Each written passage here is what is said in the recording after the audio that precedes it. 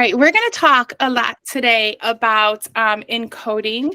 And encoding is a fancy word for spelling. And we're going to talk about how that kind of develops within our students from the primary grades in early literacy up to where we are teaching in 3rd, 4th, and 5th grade. So some reminders, our session is being recorded. We just wanted to let you know that. Make sure that you are logged in with your school email, and attendance and your time within each session is going to be recorded. If you could please keep your cameras on. It's just nice to see all of you engaged in the presentation. Microphones off, but I do want you to make sure if you have any questions or if you have anything you'd like to share, please do so. We want this to be something where we all feel comfortable sharing our experiences or asking questions. And then at the end, there is going to be some time where you're going to be able to explore some resources, or you're going to be able to take a look at some vocabulary in the upcoming lesson that you are teaching. And at that point, you will be able to leave the call. So during the time where you get a little bit of time to explore, you will not have to be in the Google Meet session at that point. Our learning intentions for today, we are going to be learning about the progression of encoding or spelling and relating it to our spelling list within CKLA or other lists that you have. Maybe you have a little list in another content area within vocabulary and just language that we use. And this is important for teachers to support our students so that they have success in spelling, which we're going to talk about today, ultimately leads into increased reading as well. Our success criteria, we will know we are a successful one. We understand how spelling or encoding begins in early literacy and how the progress continues into upper elementary. We are going to be able to apply our learning to implementation within spelling or our vocabulary routine. And to use one of the things we're going to talk about is the CKLA PD library, which they have really revamped. And there's a lot of resources in there and some good resources for spelling as well. So if you are an ELA teacher, that is something you'll be able to do during your exploration time. All right, so first we're going to talk about the simple view of reading. And I know that we have seen this before. Some of us have seen it definitely more than others. We know that grade 3 has had more professional development on the science of reading than our 4th and 5th grade teachers have had. But we want to throw this in there because this is our base. This is something that the science of reading is rooted in. So what the simple view of reading tells us is that decoding and language comprehension is what ultimately will give us our reading comprehension.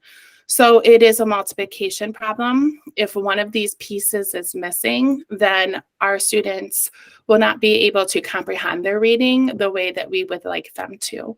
So we're going to talk about each piece. And Scarborough's reading rope is something that has been made to kind of explain the simple view of reading a little bit more.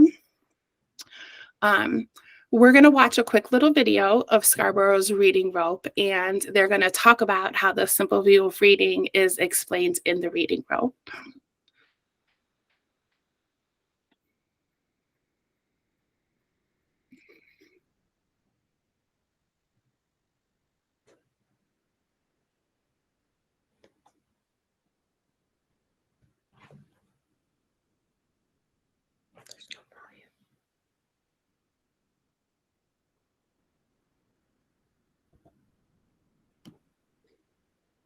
Are we supposed to hear something? There's no volume. Hold on, let me go back. All right, so we couldn't hear that? No. Nope. Okay, let's see what we need to do. We are all learning Google Meet. Let's see.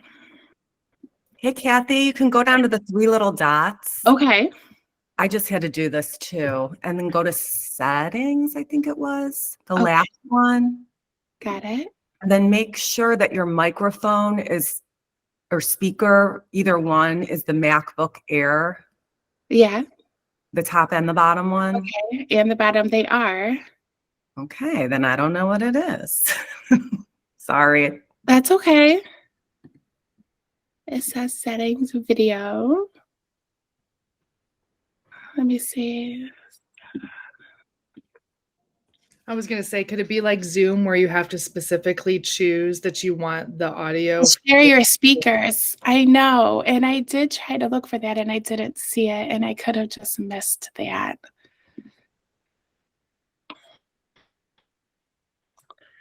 Um,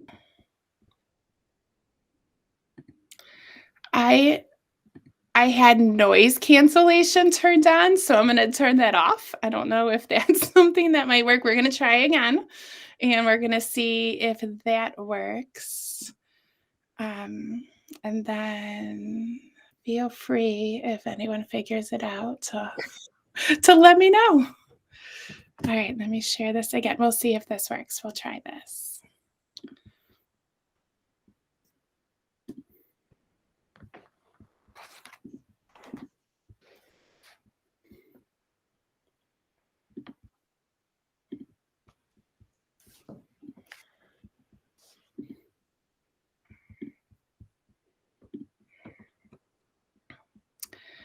All right, we're gonna try again and let me know what happens.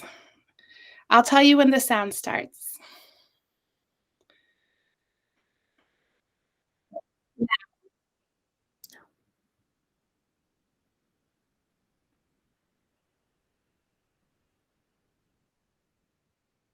No.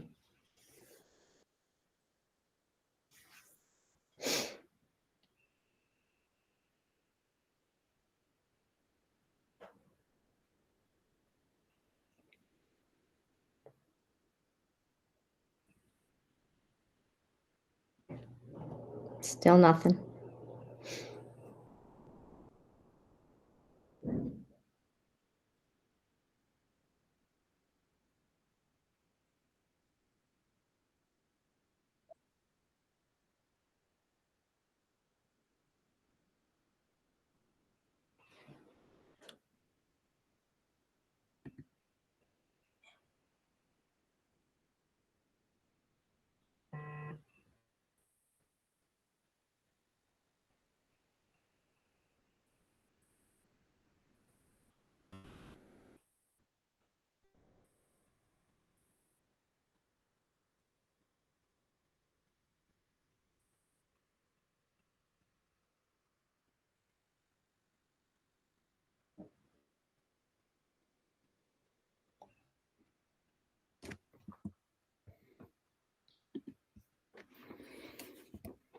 All right, did it work that time? No. Okay. When I hover over the picture, it shows the volume is muted. Okay. So I don't know. And Google Meet is a little bit different than like when I'm sharing my screen, just so because we're all gonna have to get used to this. But when I'm sharing my screen, I can't see your faces. I only can see my screen. So I can't see the messages. I need to attend the session today about Google Meet. All right. Did you try the presentation chat and share audio? Let me see. Cassidy, do you have something to like, where's the, let's see, Cassidy, you put a suggestion in the chat. So I was able to, like, I was just kind of looking online and it mentioned when you go to present your video, Okay. there's a tab. And so, let's see. And then once you present a tab, there should be a similar option to say share tab audio. Yeah, it's on. Mine is turned Okay. on. So Thank maybe you. it was just the volume situation on the actual Okay. video. Yeah, and it was working for me. Okay, so we're gonna go and move on. So when you do share your screen, there is a little like toggle button that says like also share tab audio. So that is turned on.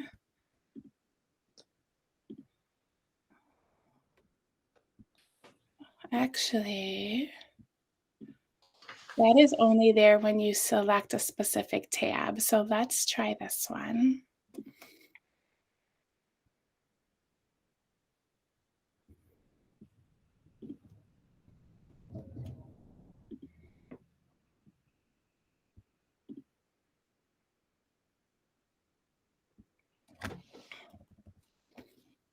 Another helpful theoretical model for the reading process is Scarborough's reading rope, which expands upon the simple view of reading. Scarborough's reading rope provides a meaningful visual representation of the process by which decoding, or word recognition, and language comprehension subskills are combined during skillful reading. The decoding subskills are each assigned a strand in the rope: phonological awareness, decoding and spelling, and sight recognition. Under language comprehension, we need to build these reading subskills: background knowledge, vocabulary knowledge, language structures, verbal reasoning, and literacy knowledge. Think of these subskills as strands in the reading rope that become stronger and stronger the more tightly the strands are woven together. As the language comprehension subskills grow and get stronger, the reader becomes increasingly strategic in their reading. At the same time, as the reader strengthens their decoding subskills, they're becoming more automatic in their reading. With increasingly strategic and increasingly automatic reading, skilled reading occurs and the reader can comprehend text. Skilled reading appears to be effortless, but a skilled reader has fortified the subskills of the reading rope in order to manage the skills simultaneously and automatically, resulting in reading comprehension. All right, so we are talking about the reading rope, but that really directly also relates to when we are teaching our students how to spell, when we are giving them new vocabulary words in any content area. There's a lot of language structures, literacy knowledge that takes place in any subject that we are teaching. On this picture, Scarborough's reading rope, I did add in sometimes on a reading rope, right by this decoding area, you will see also spelling or encoding listed there, because decoding and encoding have a direct relationship to each other. And we'll talk about that in just a little bit. So what we're going to do now is I want you to take a look at the reading rope. And Scarborough's reading rope, like I said, is not just for English language arts. And it's something that we do need to think about in all content areas as well. So look at the reading rope and find an area that applies to a subject besides ELA. So think about that for a moment. Find an area of the reading rope that applies to a subject besides for ELA. And then go ahead and type that in the chat.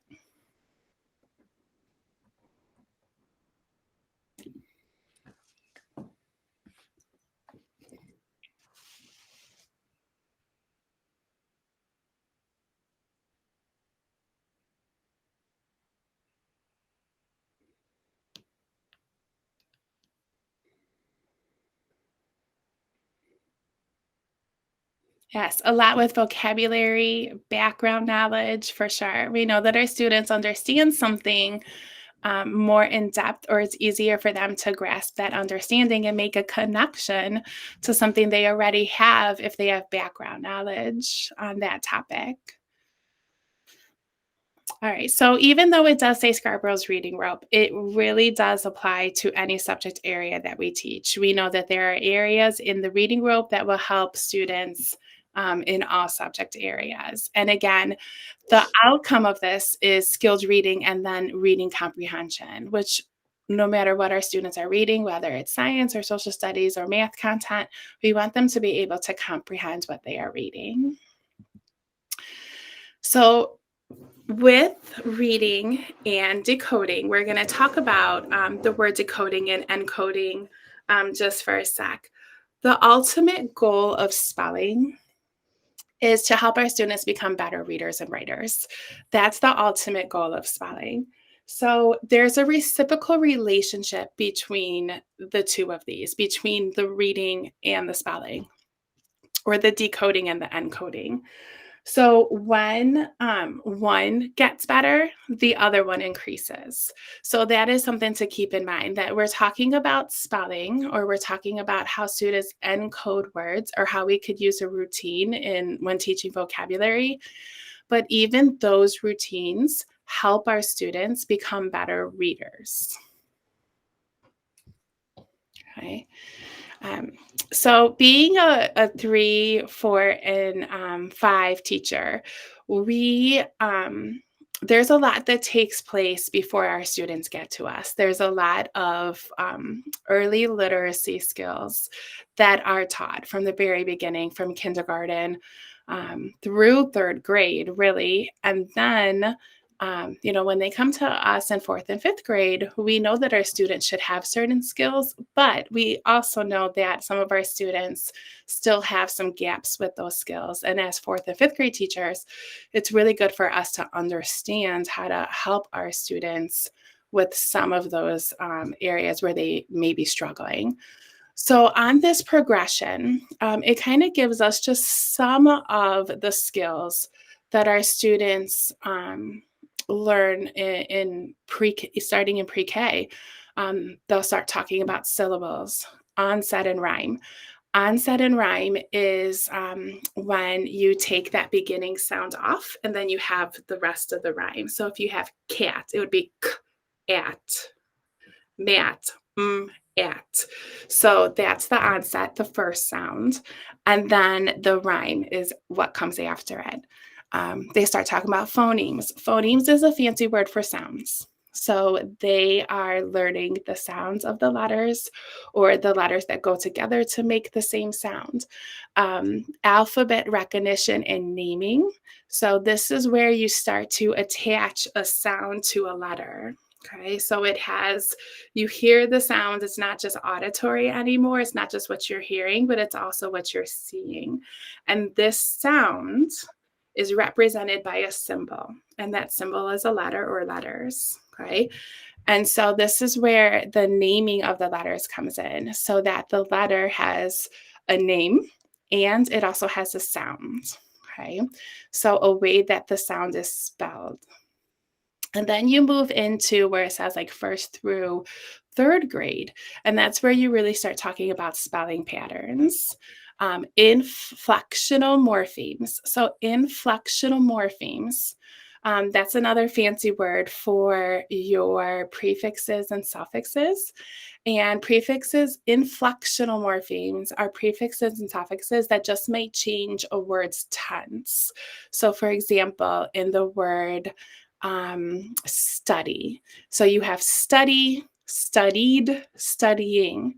So you're just changing the tense of the word. So past, present, future. And then after that, you have syllable types and division patterns. So this is something within the science of reading and in dyslexia training that we've done that's really becoming a really important thing to teach our students syllable types and division patterns. I know in 2nd grade, students start learning about open and closed syllables. So it is built into our CKLA, although I feel like we need to do a little bit more investigating to see exactly what syllable types are taught. And then we move into, and this is where going on up, 3rd, 4th, and 5th grade, derivational morphemes. Derivational morphemes are morphemes where we're not just changing tense, but you're actually changing the word. So it could be a noun or a verb, and then it changes to a noun. So you're changing the part of speech that it is. So for example, if you have the word run, and then you add the morpheme or the suffix er onto the end, now you have runner, which changes it from a verb to a noun. So those come after because you're actually changing the part of the word, like you're making it a verb, you're making it a different, it really have a different meaning in that case.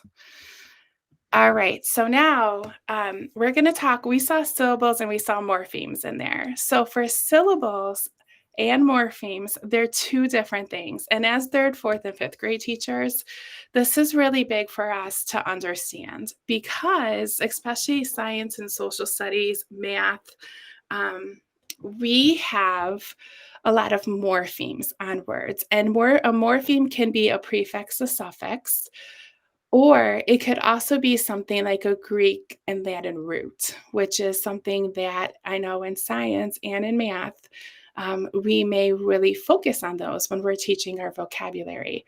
So a syllable is every part of the word that has a vowel sound. For example, the example on the screen, the word jumped. Jumped is actually just one syllable. But when we talk about morphemes, we have the base word, and then we also have the suffix that was added onto the end. So we have jump, which is our base, and ed, which is our morpheme or our suffix. So if we were talking about syllables, the word jumped would have one syllable. If you were talking about morphemes, it would have two. Now, for being a third, fourth, and fifth grade teacher, this is really important because as students get to third grade, fourth grade, fifth grade, we want them to move from thinking about every single sound that is in a word to thinking about the word parts. So our students might think about, if they're spelling the word jumped, they might think about jump, and then I hear the t sound at the end, but I know that ed can sometimes make that t sound. So they're thinking about parts of the word instead of just going p,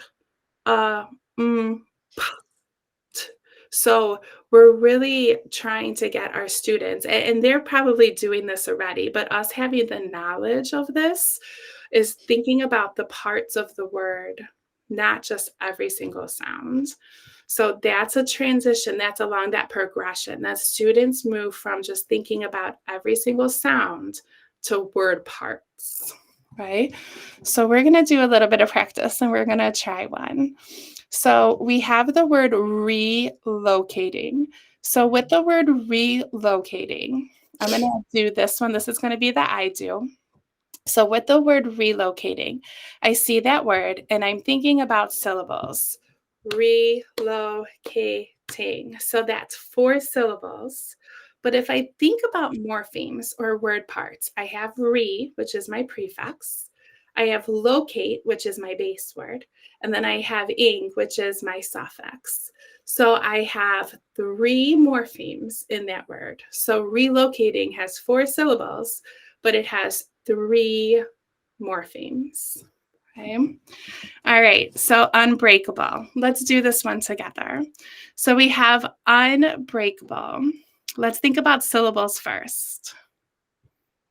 So go ahead and put in the chat how many syllables are in unbreakable. Good. I see 4. Awesome.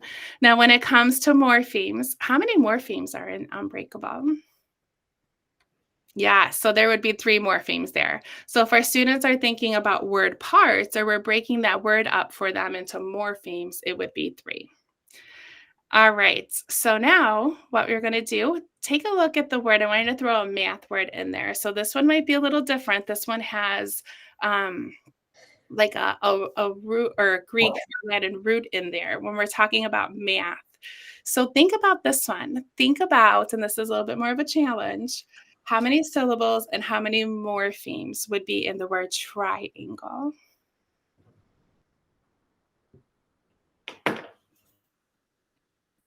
Yes, definitely 3 syllables, and I see 2 morphemes. That's right. Good job. So 3 syllables, triangle. So we have our 3 syllables. But then now for our morphemes, that would be 2. You have tri, which we know that word part means 3. And then we have angle. So triangle, 2 word parts for our 3rd, 4th, and 5th graders. So think about how to break that word up. All right, one more, biology. All right, go ahead and try it. Biology. You have a science word in there. How many morphemes and how many syllables?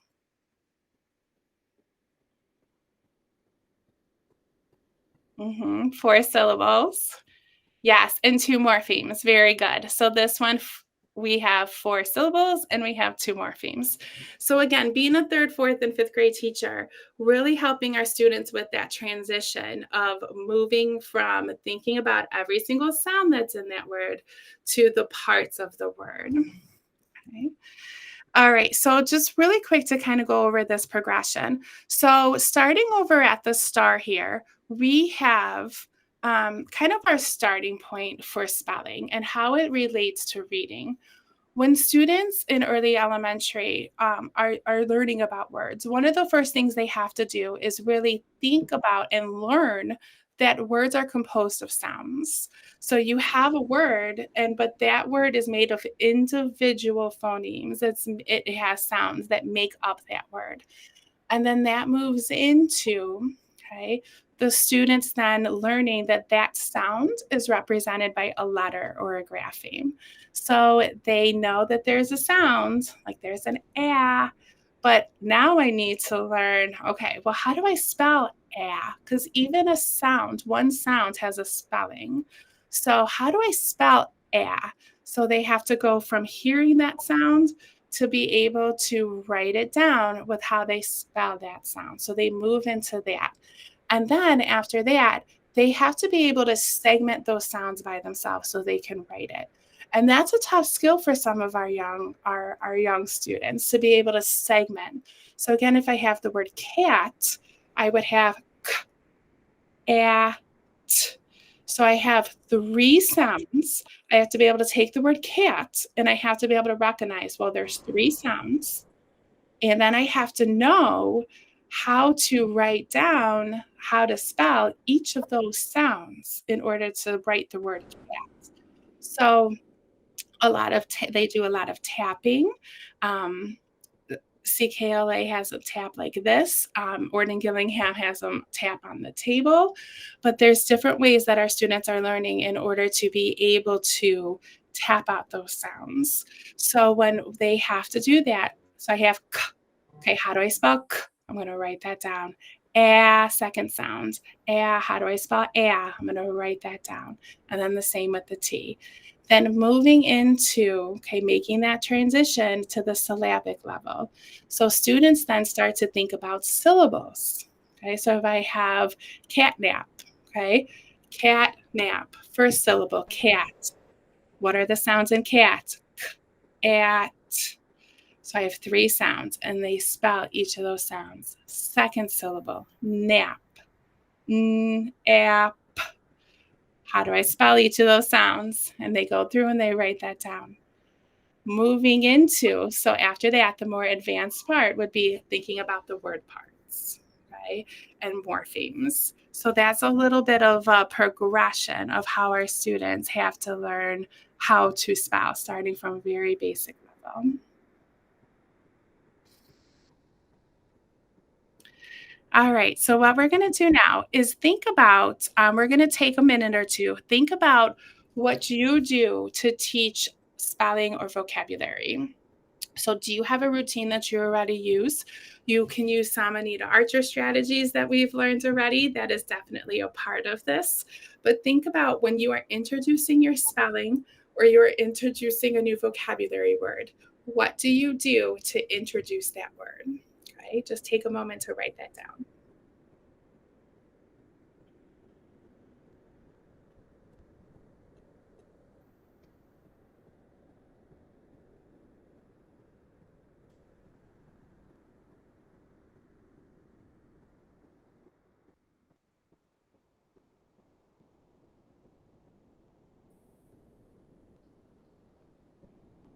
All right, so we're going to watch a video. This video came from the CKLA library. And what you're going to do is you're going to add a check mark next to the parts of your routine that you see in the video. So as you watch the video, if you hear the teacher or see the teacher doing anything that you do as you introduce spelling or vocabulary, just put a little check mark on your list.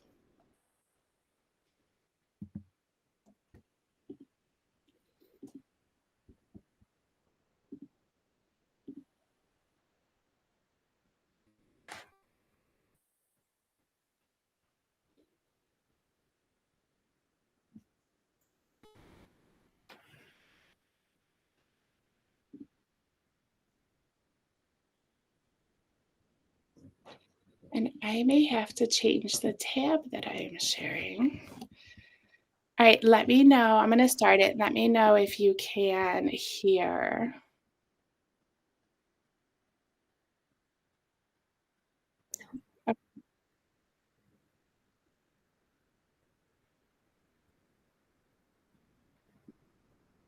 Together, and then define the Yes. words as well as use them in sentences. They're going to be 10 words for you. These are content words, all from our story that we've been reading, Knights, Castles, and Chivalry.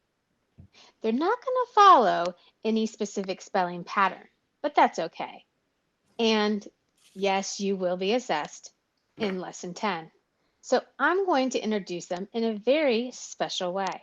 So the first thing we're going to do is I'm going to say the word aloud, and then you're going to repeat after me. So our first word is acquire, everyone.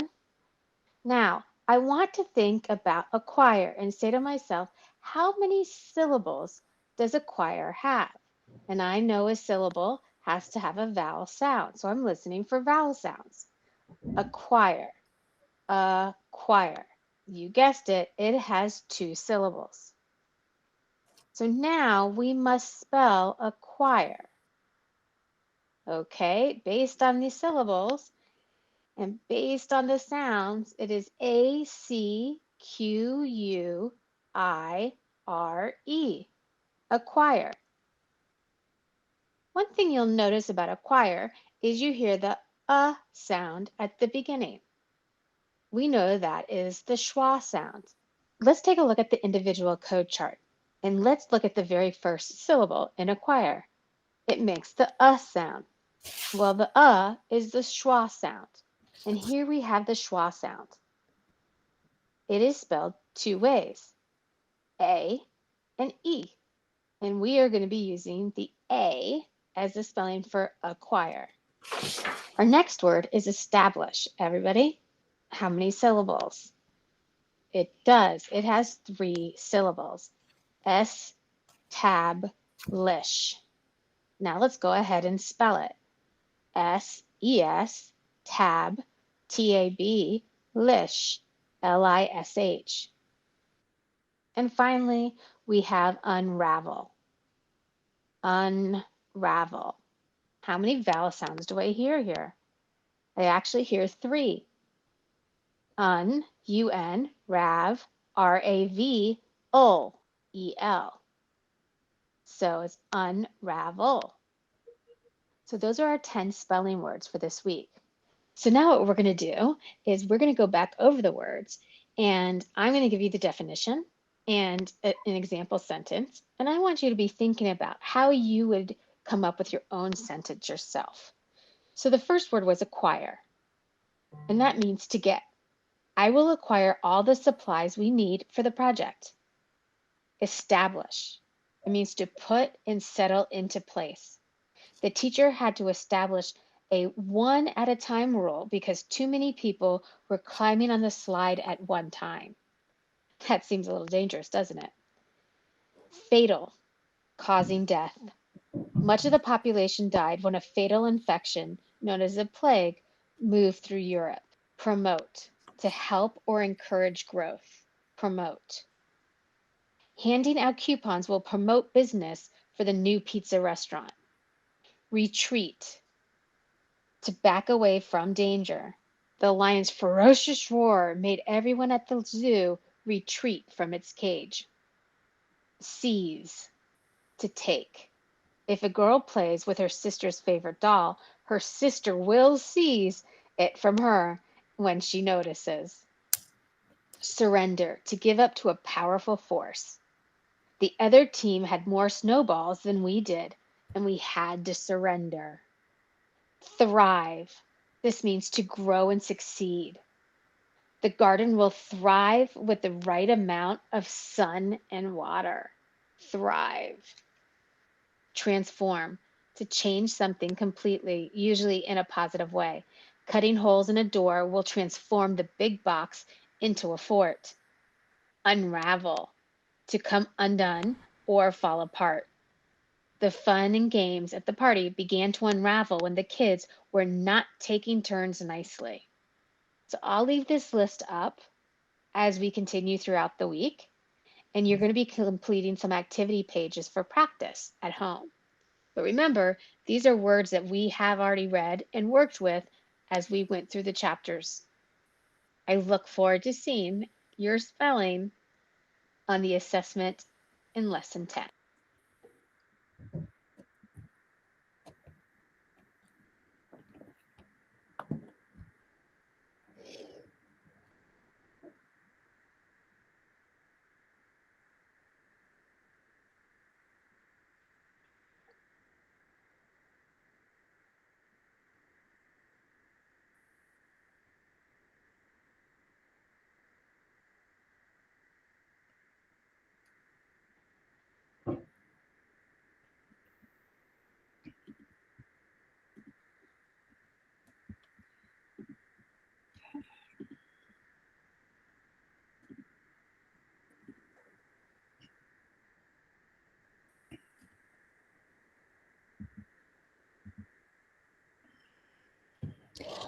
Alrighty, so let's think about our video that we just watched. Did you see or hear something that you would add into your spelling vocabulary routine?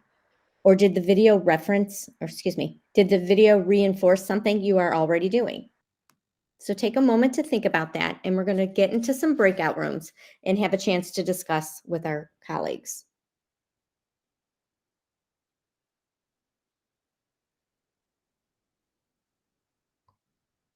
Okay, here we go.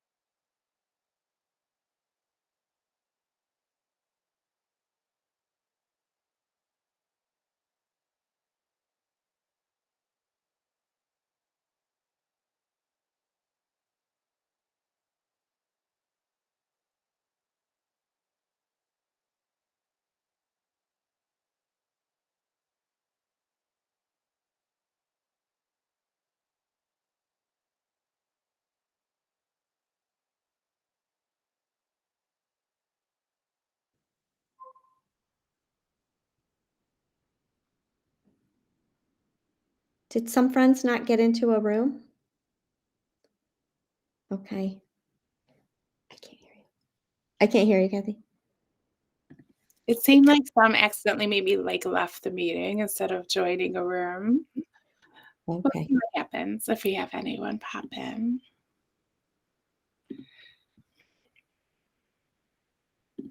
Shakel? Brissa?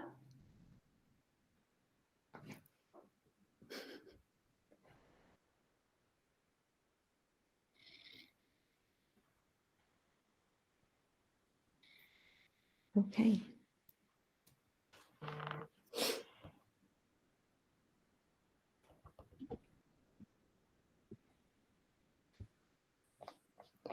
All right, I did notice we're at like 18 minutes left.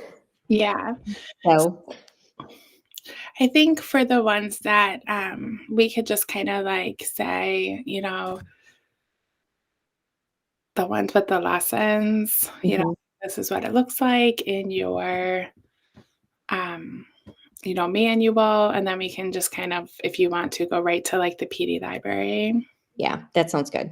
All right, let me get everybody back.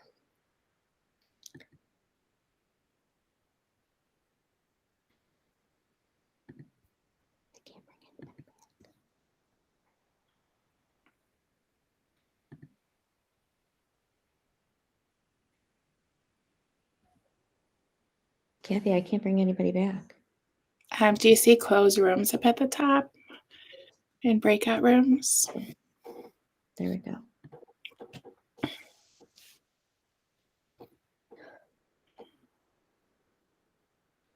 It was weird. It wasn't letting me do anything.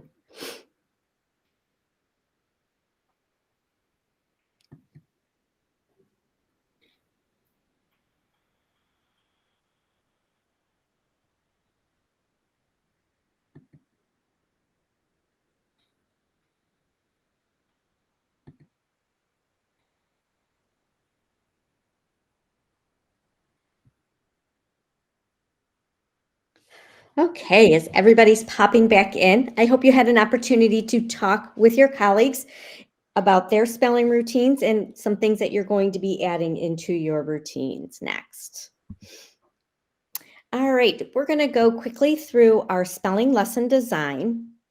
When you are introducing your spelling words, remember highlights the sound spelling patterns and support automaticity with those patterns. Strengthen the skill of encoding using knowledge of patterns and rules. It's important that we follow the suggested routine for introducing spelling words. Highlighting those sounds through our manual. We've got everything right here. Take a peek right, the second bullet goes right through introducing those words, just how we watched the video on that. Go ahead and turn the page. There we go. And also through the slideshow. The teacher action shows us exactly what we watched in that video, how to introduce those words, saying that word aloud, and then the syllables and naming the letter sound and continuing syllable by syllable. I want you to take a look at the link where it's in blue, the individual code chart. When we watched the video, she referred back to that code chart. You can get a copy of that for your students right through the slideshow when you're presenting to your students. There's a link right there for you. When you watch the video, she referred back to the fact that all the kids had that. So that's a great resource for your students. Go ahead and copy that and give them all a copy of that as they're going through. I would even say for science and social studies or math teachers, like this is something that the students use in their CKLA. So it might be helpful when you're introducing your vocabulary words for you to reference it or for them to have it in that folder that comes to you as well. So it's a resource that they're used to using. Yeah. I also want you to take a peek at this code chart where you see the lines, how they're thicker on some and longer. Those are the more common ways of spelling. So you've got the U. It's the first one, the short letter, or excuse me, the letter U is longer than the O because it's more commonly used with the spelling U. When you look at the bottom one, that schwa sound, you usually see the short, or you see the letter A to make that sound for the schwa. Okay, we're going to go ahead and Question really quick. The question was if the code chart is something that they use in the earlier grades, and it is. I know definitely in first grade it's used. Kindergarten, I'd have to look up to see if it's used or not. I'm not sure about kindergarten, but definitely starting in first grade, the students see the code chart. And in first and second grade, they actually have their own individual, it's like a little book that they color in as they learn the sounds. Yeah. And then they use the vowel house also to help with those individual sounds. So they get it reinforced both ways. Okay. Next, we're going to take a look right into CKLA. We're going to use the PD library. This is a resource that we all have access to, and it's so helpful in finding information and getting background knowledge for ourselves. So to find your PD library, you're going to obviously go through Clever, Amplify,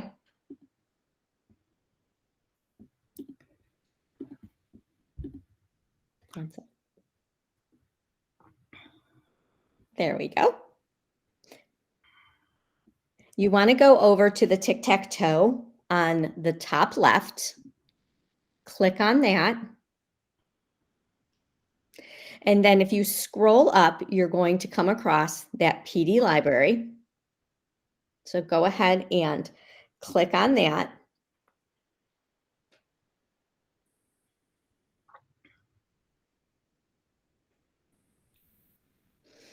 All right, and the next part, you're going to click on View the Amplify CKLA.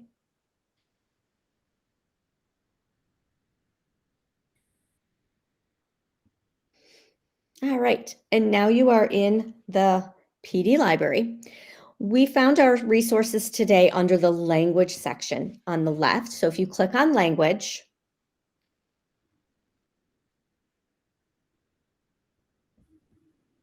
there we go. You can take a peek, especially our third grade teachers, to see what is happening in second grade right through the first part. Then as you scroll down, you've got some different PDFs on grammar and morphology. They've got the scope and sequence in there for you. And then there's 2 different videos. The 4th one is the one we just watched, and then 5th. And then as you keep scrolling down, we've got the actual spelling. Now, this is the assessments.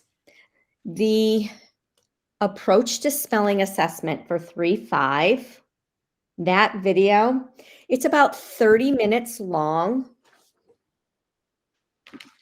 And it gives you a lot of information on why do we teach spelling, the spelling actual lesson design. There's another video of a teacher modeling the spelling, so you can see that.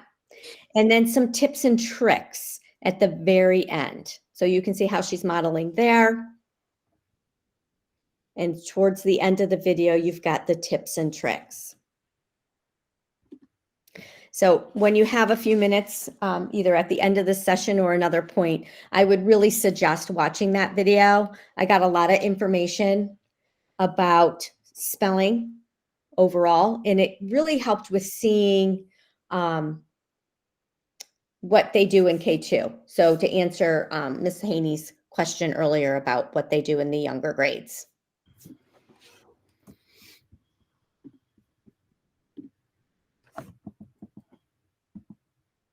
All right, so now you're going to be able to use the rest of this time. There's about 10 minutes left to play in your PD library. Kathy and I will stay on the call.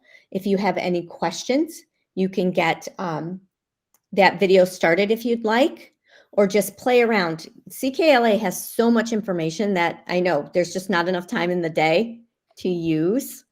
So use this time and find some good stuff in there.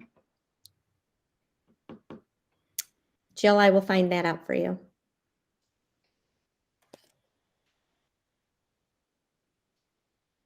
Does anybody have any other questions?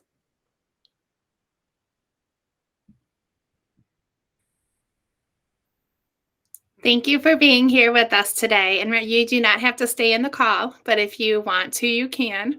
And your next session starts at 9:10.